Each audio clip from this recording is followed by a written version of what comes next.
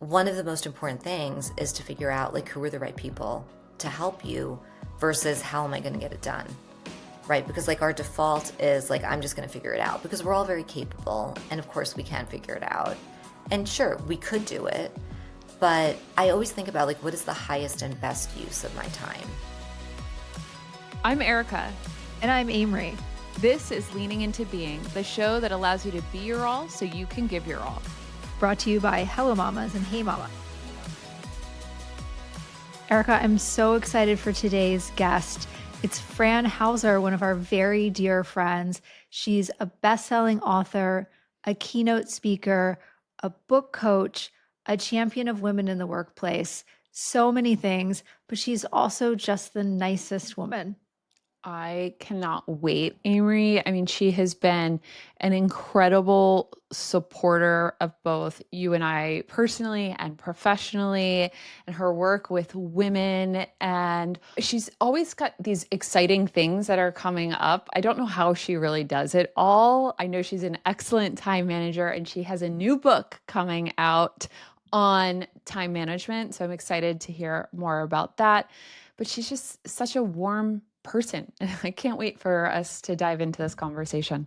Absolutely. This is actually her third book that she has coming out.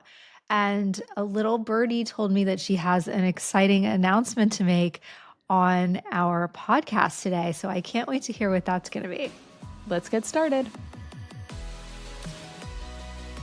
Well, Fran, we always like to kick off by grounding ourselves in our shared experience of motherhood. Can you share with us where you are on your motherhood journey right now? So my boys are 12 and 14. They're in seventh and ninth grade. So it's interesting. I'm in that like tween, teen, puberty. And I was just talking to a mom yesterday who has younger children. I think hers are like 8 and 10. And I was saying, oh, I love those. I just remember loving those ages. And she said, oh, it's so hard though. And I just feel like every stage, right, is like hard in its own way. But I also really love this stage because I love the conversations that I have with the boys. You know, I feel like they're really maturing and we get into these like really interesting conversations. I love being in the car with them, like driving them places because we just talk. So yeah, no, it's a challenging stage, but it's also really fun. I love that perspective. Speaking about perspectives, you've been such an inspiration, both personally and professionally, to Amory and I, and to many women. You've had an incredible career working in Fortune 500 executive to best-selling author. How has your view of work-life balance or this concept of having it all evolved over time? Yeah, I think it's evolved in a pretty meaningful way. Like I feel like now the way that I think about balance is just it's just like one day at a time, you know? And there may be days where I'm leaning more into work, and there might be days where I'm leaning more into family or self-care. And I think that's okay. Like I think I just really try to give myself grace because like I know that I'm doing the best that I can. And sometimes it's not even like day by day. Sometimes it's like 20 minute by 20 minute, you know, like for the next 20 minutes, like what am I going to focus on? And the one thing that I've realized, especially with the boys, is that if I can give them a short amount of dedicated attention, that goes such a long way as opposed to like trying to spend a couple of hours with them, but I'm not really there, you know, like I'm on my phone or so I think it's like these short bursts where you can like really be present with your kids. I really like appreciate that. And I know they do too. So I try not to put like too much pressure on myself, you know, where I need to be spending like 4 to 6 hours with them and like 6 hours working. And it's just each day has its own kind of cadence and focus. And sometimes it's even down to like shorter increments. Absolutely. Like Eric and I always talk about how it's quality over quantity. And when we're in work mode, we're here. And then really soaking up those moments with our kids and feeling the energy and the excitement and really listening to them and being present there makes everything happen. And we were talking about a little while ago all the things that you have going on. Fran, you always wear a lot of hats, but you especially have a lot of things going on right now. How would you say that your perspective on being a mom with a full plate has changed from the time when you were at Time Inc. to today? Oh gosh. So, I mean, when I think back to Time Inc., my kids were really little. They were young. And it's interesting because I remember feeling very supported. My partner, my nanny, my family, my friends, it really does take a village. And I really felt like I had that. And I still have that.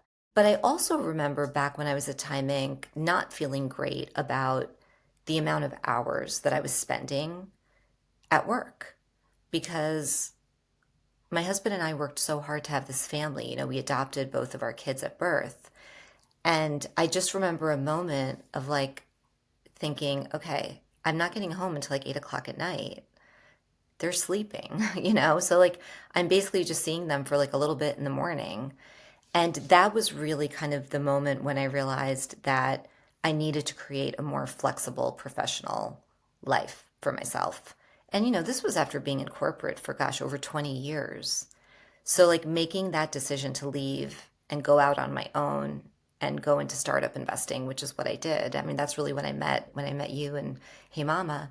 That was a really big decision for me. And that was really all about balance. It was all about wanting to spend more time with my kids, wanting to be with them more.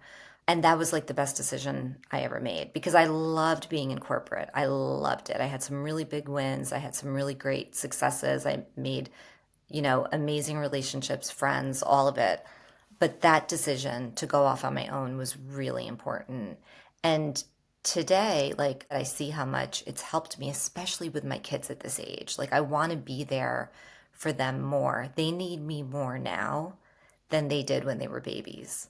And that's the thing. I remember my sister saying that to me, saying, Fran, when they're babies, they have very basic fundamental physical needs. And now it's all the social emotional stuff.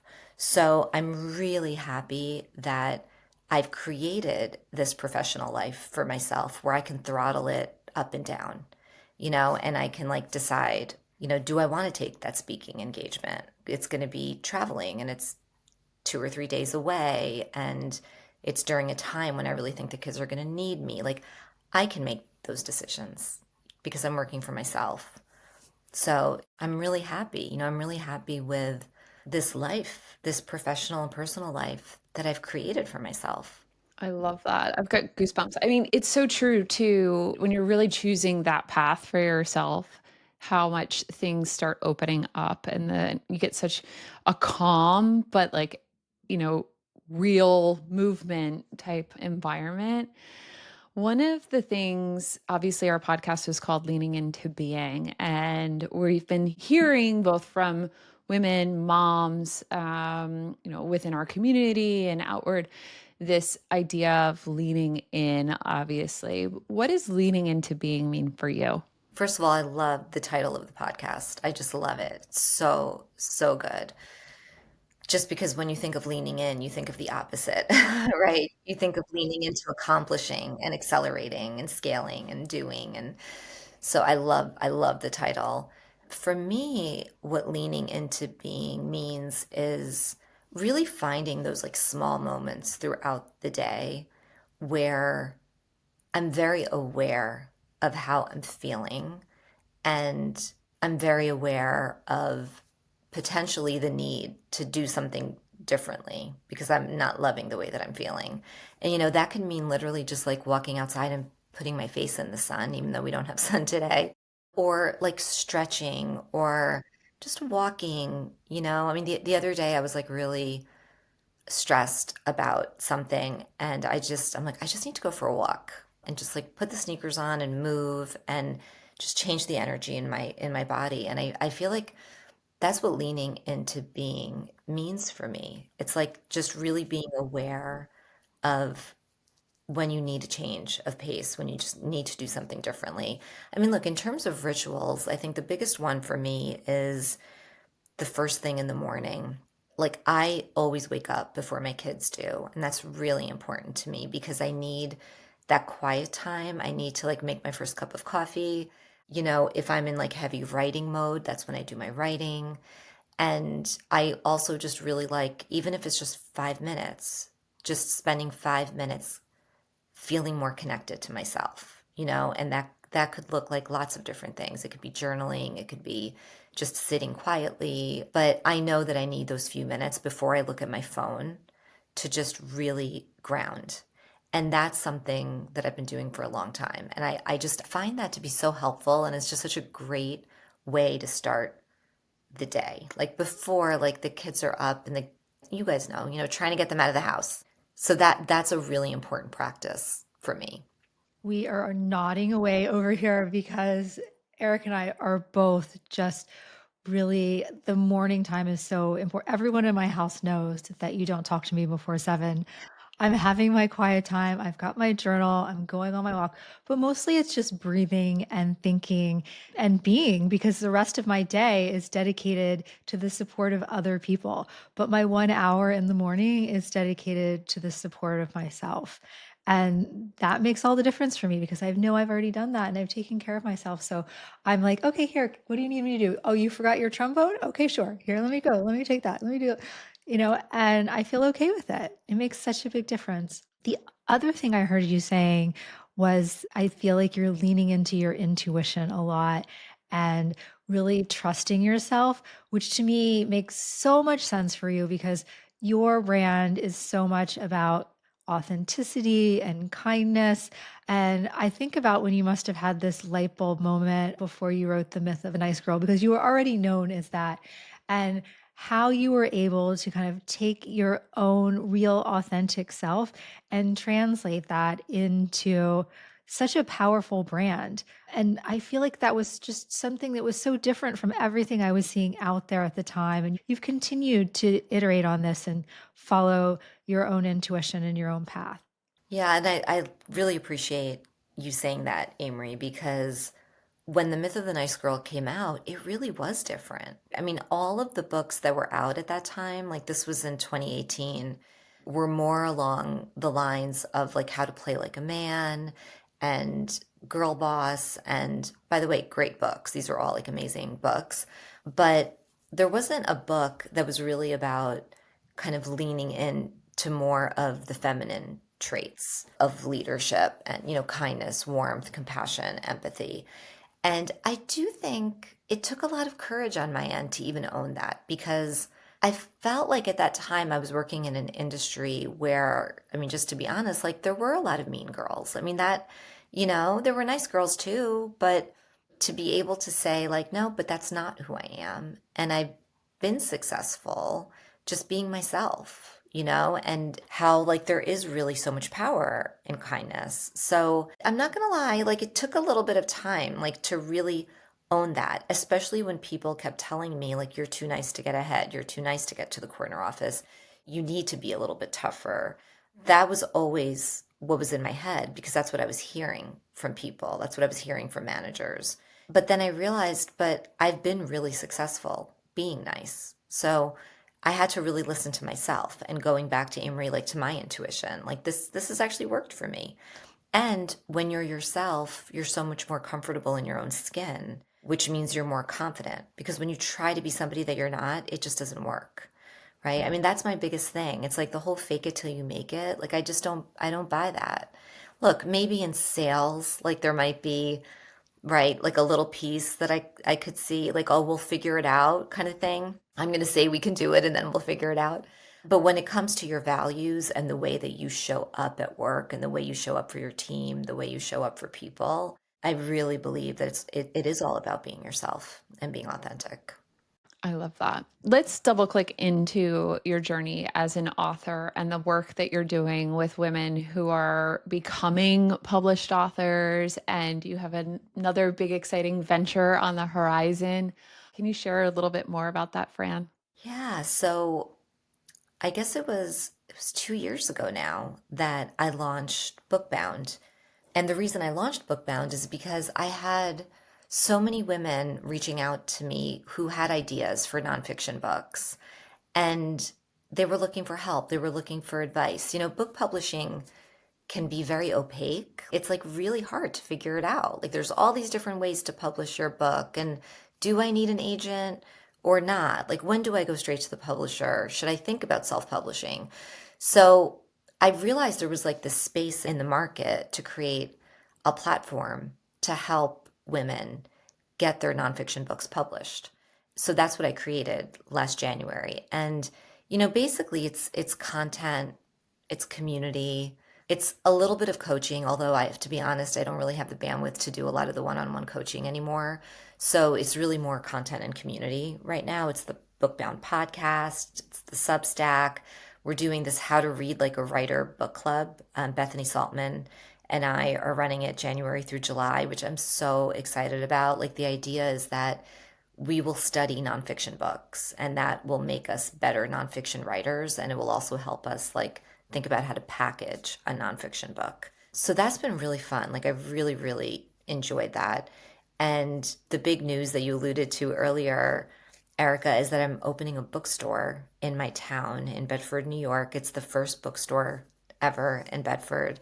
It's something that I've wanted to do my whole entire life. And literally, like, I'm opening the store in my dream location. It's like the spot that I would always walk by and say, one day I'm going to have a bookstore there.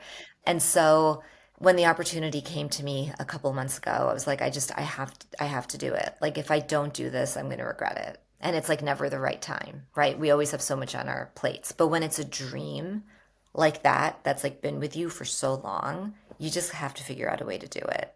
So I'm opening this bookstore in December. I mentioned to you both earlier, 113 boxes just arrived yesterday, like filled with books. So yeah, a lot of work to do, but I'm just so excited about it. Like it's surreal. I get emotional like every time I think about it. And you have so many other things on your plate. How are you going to get this bookstore open in a couple of weeks? Do you have a little team of elves in your back pocket that are going to come over? Oh my gosh. Well, so I've hired people, which is great. I have like 5 or 6 people that are going to be working at the store, which is awesome. I hired a space planner who's done like the whole like interior design build out. I hired a great branding person. I really feel like I found like amazing people to support me in this. I mean, it's the only way. My husband has been incredible. I can't even tell you. Like he retired in June. And at PwC, you're forced to retire at a certain age. So he retired and he's been incredible. Like he's there every day with me, helping. And I don't know if I would have been able to do it, to be honest, if he didn't have the capacity to help me the way that he is. So I have all the support. I have friends that are coming over the next like 5 days to just help me unpack the boxes. It's fun. I feel like it's something that the community is just really excited about. And everybody's so like they want to help. They want a bookstore in the town. It's been really fun to see people's reactions for sure.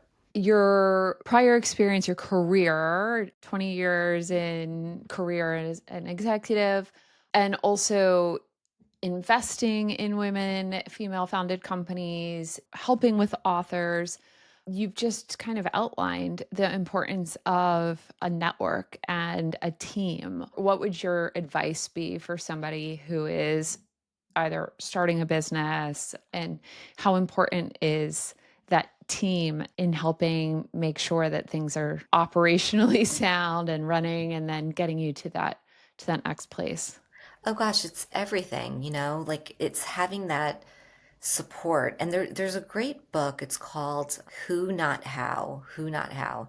And it's really about whenever you're starting a new venture, one of the most important things is to figure out like who are the right people to help you versus how am I going to get it done? Right? Because like our default is like, I'm just going to figure it out because we're all very capable. And of course, we can figure it out. And sure, we could do it. But I always think about like, what is the highest and best use of my time? Where are my strengths?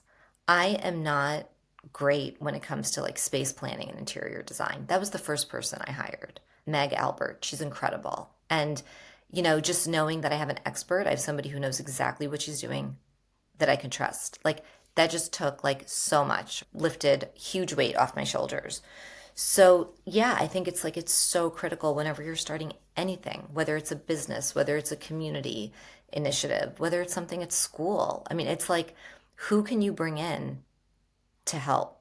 Who are those people? Whether you're paying them, whether they're volunteers, whether you're bartering with them, just all of it. You can get creative, especially if, sometimes when we're starting businesses, budget is really a huge, right? It's a huge consideration. So like getting creative around bartering, I think is also like really can be really helpful. Share more on that because I think a lot of our listeners would want to understand what that means and how do you have the confidence to one ask and then two what are some ways that they can be creative in that bartering process? Yeah, I mean, I'll give you a great example for the bookstore. The woman who did all of my branding for the bookstore, the logo, the color palette, everything. She has a nonfiction book idea. So she needed help really kind of figuring out like what is the idea and how do I want to get it published. And so we bartered on that. So she did the branding for the bookstore and I helped her with her book idea. And my helping her, that's something that I normally would have charged for, right? And doing the branding for the bookstore, that's something she would have normally charged for. But it just made so much sense that we would do that for each other. So even like Meg, who's doing the space planning, because of course it's taking a lot longer, it always does, than you think, right? And she even said, she's like, look, I'm definitely putting in more hours, but I would love it if you could spend some time coaching me on time management and social media. I would be happy to barter like the rest of the hours that I'm working. So I'm like, yeah, that's great.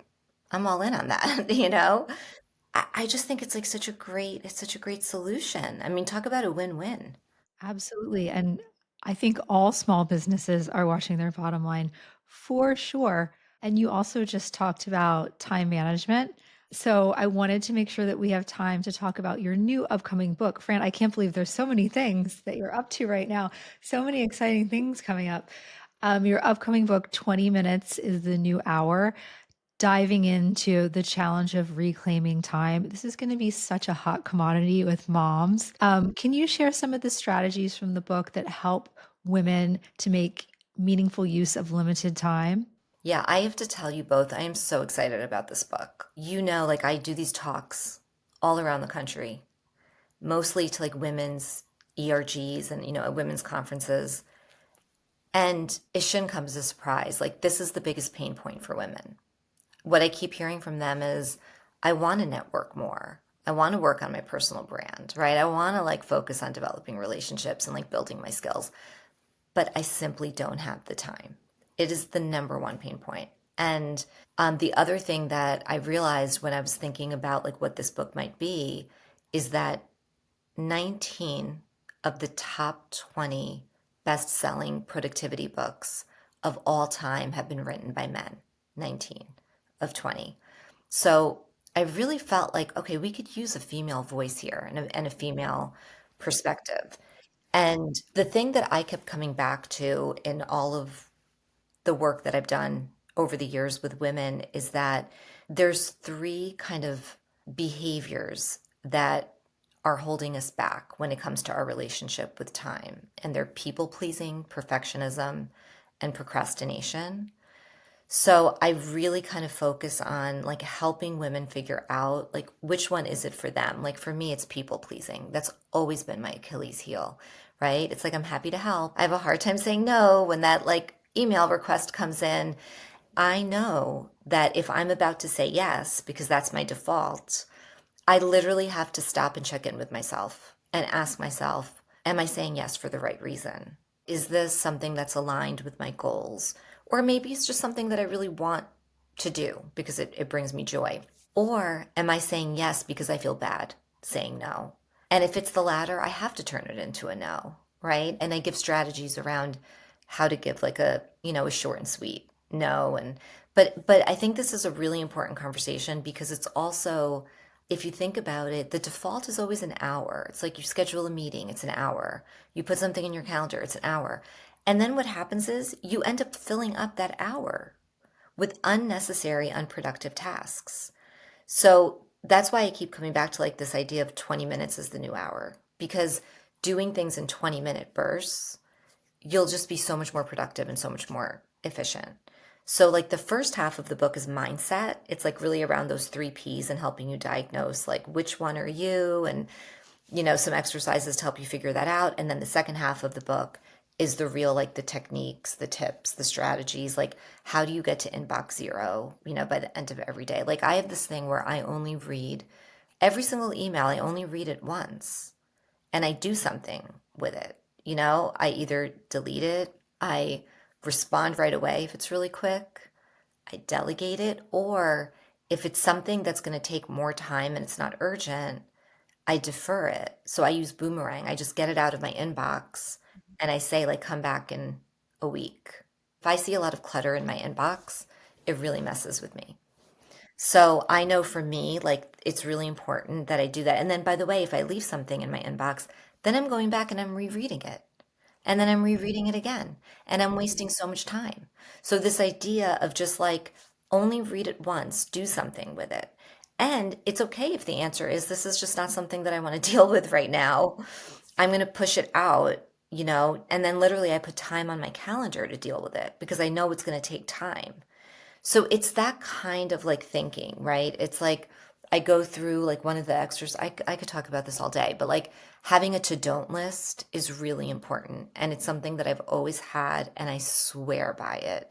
And it's really important to know. Like if you think about right now, I do have a lot on my plate. So it's really important to be clear about the things that I am not going to be doing right now. I'm not taking on new board roles. I'm not doing startup investing. I'm not leading any committees at school. What are those things that you are not going to do? Because then when you get asked, it's really easy to say, I've decided to not take on any new board roles this year.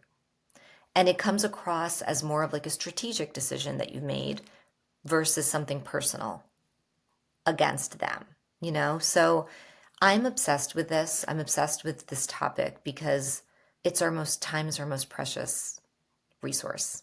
It really is. It's definitely the most precious resource, and I agree with you. I have, like, OCD on the red on my phone. Like, I cannot see a red dot, or that drives me insane, which, to your point, like, I either deal with it or "Oh, I'll save this for later," and then that later starts piling up and piling up and piling up, and so you're in that procrastination bucket because you have so much to catch up on that you're like, "I don't even know where to start," so you've gotta reprioritize your procrastination bucket, you know? You do. And you know what? And you really like what I find is like every Friday I'm doing my week ahead planning. Sure. And I'm looking at my calendar and I always want to make sure that I have one day where I have just a couple of hours where I'm dealing with all of those emails that I've Mhm. boomeranged. Do you know what I'm saying? So it's like, Yes. 'cause otherwise the email is going to come back and then I'm just going to defer it again. Exactly. So you have to put it on your calendar. Like if it's not on your calendar, you're not going to do it, right? Yeah, you need accountability. You need to put that accountability for yourself on the calendar. I have really shifted over the years. This has been a big like time management thing for me. I have shifted away from a to-do list and really towards like having everything on my calendar, like everything. Like even if it's 20 minutes to post on social media, if it's not on my calendar, it's not going to get done. And I really believe in like color coding. I mean, I have when it's a meeting, when it's an appointment, it's one color. But if it's like work time, it's a different color because then I know that I can move that if I need. Do you know what I'm saying? Like that's movable. Just kind of color coding things really helps me. Even like content, like social media, I actually have like a separate color for that. So the calendar, I think, could be like a really important tool because the problem with the to-do list, it just keeps like growing and then you guys know, you don't get to it. You don't get to it. And You then don't you're get like, to wait, I spent all my time on this other thing that wasn't even on my list to begin with. I'm so excited to read this book. I can't wait. And you're right. I'm so excited also to have a voice for moms. I mean, this is our biggest struggle. And how incredible that you're taking that on and sharing these tips and best practices. And really, the one thing I've always loved about your books is they're so actionable. It's not just I'm telling you what to do, I'm going to actually tell you, like show you, tell you, and then you're going to do it. So I'm so excited. Yeah, and that's so important to me because again, we don't have time. So it's like I want to make sure like if you're taking the time to read this book, that you're going to walk away with like so many different things that you can implement right away. Yes. Okay, before I can't even speaking about time, we're almost at our time. But before we get to our last question, what is one thing, one message that you would leave to our community of moms, whether mompreneurs, aspiring authors? What would it be? Oh gosh, I think it would be to give yourself grace and to know that you're doing the best that you can and that you are enough. You know, it's something that I've really been thinking about a lot lately. I actually just recently wrote a post, I think it was for LinkedIn, about this, that sometimes we get so attached to the brands that we're working for, the companies that we're working for, you know, like that's how I felt when I was at People Magazine. Like that, I felt like I could always get a call back because I was attached to People Magazine. And I was so afraid to leave because I wasn't sure if being Fran Hauser was enough. Like, was I going to get that call back? And guess what? It is. It totally is. And that's what I would say to every single person that is listening or watching that you are enough. That is so powerful. So we are at our last question, and we always like to ask this question. What is one time or moment that you can't believe that you survived or that you're still laughing about? Oh my God. So there was a moment, this was when the kids were like, they were babies. And I had this like really important meeting that I was going to at time. And I showed up to the meeting. My friend was looking at me in a like she had this like really like odd like expression on her face. She was looking at my pants. And I was like, "What's wrong?" And she goes, "Those pants, like it looks like they're like back pockets in the front." And I was like, "Oh no." Like so I put my pants on because they had like the elastic, but like they had the elastic, but they were on backwards. So I walked in and I was like, I was so proud of myself. Like I got to the meeting on time after this like crazy hectic morning. And then like thank God she told me she was the first person that saw me and like ran into the bathroom and I flipped them around. But that's like a moment that's just like that's it, working mom. That really says it all. Totally. It says it all. And you're like, yeah, I got it. I'm Yeah. doing it. I'm here. And then you're like, oh, my pants are on backwards. I had the cutest Manolos on, like you don't even know. I was like, I had jewelry, I put like jewelry on that day. You know, I really wanted to look good, but Oh no. my gosh, it's so funny. I love that. I've done that when we were in San Francisco. I was running really late, and it was always make me like laugh that people would show up to the office in different shoes. I was like, I don't understand. Like, aren't you putting your shoes away in the closet like together? You know, mine are all organized. And I did exactly that. I showed up at the office with two different colored ballet like flats on and looked down, and one was brown and one was black. Amazing. Oh my Oh my God, gosh. it's amazing. Well, of course, they're both flat, so like you didn't Exactly. feel the difference. It's not like they were different like size, like heels or anything, right? Erica, what about the one day when I got to the train station and we were hosting a big event and I went to get on the train and I only had one like high-heeled boot? Very true, but you also have a very supportive business partner who went to Zara and started finding you boots in your size. You went to Zara. I love that. Oh my gosh, what a good business partner and friend. I know, you know what I've realized recently, I think like especially with the bookstore, that my love language is when I feel supported, right? Like there's something Yes. that's Yes. like, oh my gosh, like I don't know. It makes me feel so good when like people are there for you and they're like picking up the pieces and you know, like when you're stressed, they're like, "No, I got it. I got this for you. I'll take care of it." Right? There's like nothing better Nothing Nothing better. better. It's so true in everything that you do, in like everything. everything. It's Yeah. so true. Yes, absolutely. And Fran, you do so much for other people. So, absolutely, of course, you should have such a strong support system there for you. Thank you. That's so sweet. Thanks for saying that. Well, I love my time with both of you. It went too fast. Too fast. Too We fast. absolutely loved having time with you. As always, I could talk to you for hours. Yes. Thank you for listening to Leaning Into Being. To get connected and join the Hello Mamas and Hey Mama community, visit hellomamas.co. Let's connect, support, and grow together in this journey of motherhood.